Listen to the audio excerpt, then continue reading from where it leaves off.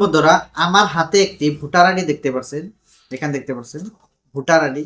এই ভোটার আইডির epic number দিয়ে আমি ভোটার ইনফরমেশনটা আমি আপনাদেরকে অনলাইনে চেক করে দেখাবো। কারণ 2026 সালের 10 ফেব্রুয়ারি তারিখে ফাইনাল ভোটার লিস্টটা পাবলিশ করেছে।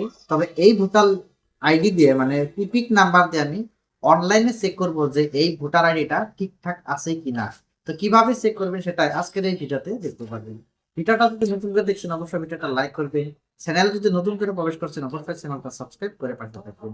চলুন আমি আপনাদেরকে মোবাইল স্ক্রিনে আপনাদের এই ভোটার ইনফরমেশন গুলো আপনাদেরকে দেখিয়ে দিচ্ছি। ভোটার আইডি দিয়ে ভোটার ইনফরমেশন গুলো চেক করার জন্য সর্বপ্রথমে আপনারা ক্রোম ব্রাউজারটা ওপেন করে নেবেন।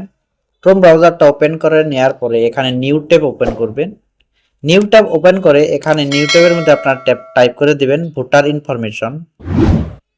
এখানে ভোটার ইনফরমেশন লিখে আপনারা সার্চ করে দিবেন। এখানে দেখতে পাচ্ছেন ভোটার ইনফরমেশন। তো search in electoral roll just এখানে আপনারা ট্যাপ করে দিতে হবে। তো ভোটার আইডি দিয়ে সেই ভোটার ইনফরমেশন গুলো চেক করার জন্য ঠিক এখানে আপনারা পৌঁছে আসতে হবে। এখানে আপনারা দেখতে পাচ্ছেন ভোটার সার্ভিস পোর্টাল।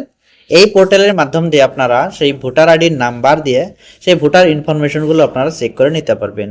তো ফার্স্টে এখানে দেখতে পাচ্ছেন সার্চ বাই ইপিক নাম্বার। এখানে আপনারা দেখতে পাচ্ছেন সার্চ বাই ডিটেলস। এখানে আপনারা দেখতে পাচ্ছেন সার্চ বাই মোবাইল নম্বর। তো আমি আপনাদেরকে দেখাচ্ছি যে কিভাবে আপনারা ভোটার আইডি দিয়ে সেই ভোটার ইনফরমেশন গুলো আপনারা চেক করে নিতে পারবেন। তার জন্য এখানে ফার্স্ট এখানে দেখতে পাচ্ছেন সার্চ বাই ইপিক। তো এখানে থাকতে দিবেন। তারপর এখান থেকে আপনারা সেই ল্যাঙ্গুয়েজটা এখানে সুইচ করে নেবেন। ইওর ইপিক নাম্বার, এখানে আপনার ইপিক নাম্বারটা ঠিক এখানে বসিয়ে দিবেন। এখানে আমি আমার ইপিক নাম্বারটা বসিয়ে দিছি। তো বসিয়ে দেওয়ার পরে এখান থেকে আপনার স্টেট দিয়ে দিবেন। আপনার যে স্টেট সেই স্টেটটা এখানে বসিয়ে দিবেন। তারপর এখানে আপনারা ক্যাপচার কোডটা ঠিক এখানে বসিয়ে দিবেন। তো এখানে আমি ক্যাপচার কোডটা দিয়ে দিব। এখানে দেখতে পাচ্ছেন ক্যাপচার কোডটা ঠিক যেভাবে আছে সেইভাবে আপনারা দিয়ে দিবেন। তারপর এখানে আপনারা দেখতে পাচ্ছেন সার্চ, জাস্ট আপনারা সার্চ করে দিবেন। সার্চ করে দেওয়ার পরে এখান থেকে দেখতে পাচ্ছেন নো রেজাল্ট ফাউন্ড। এখানে দেখতে পাচ্ছেন নো রেজাল্ট ফাউন্ড।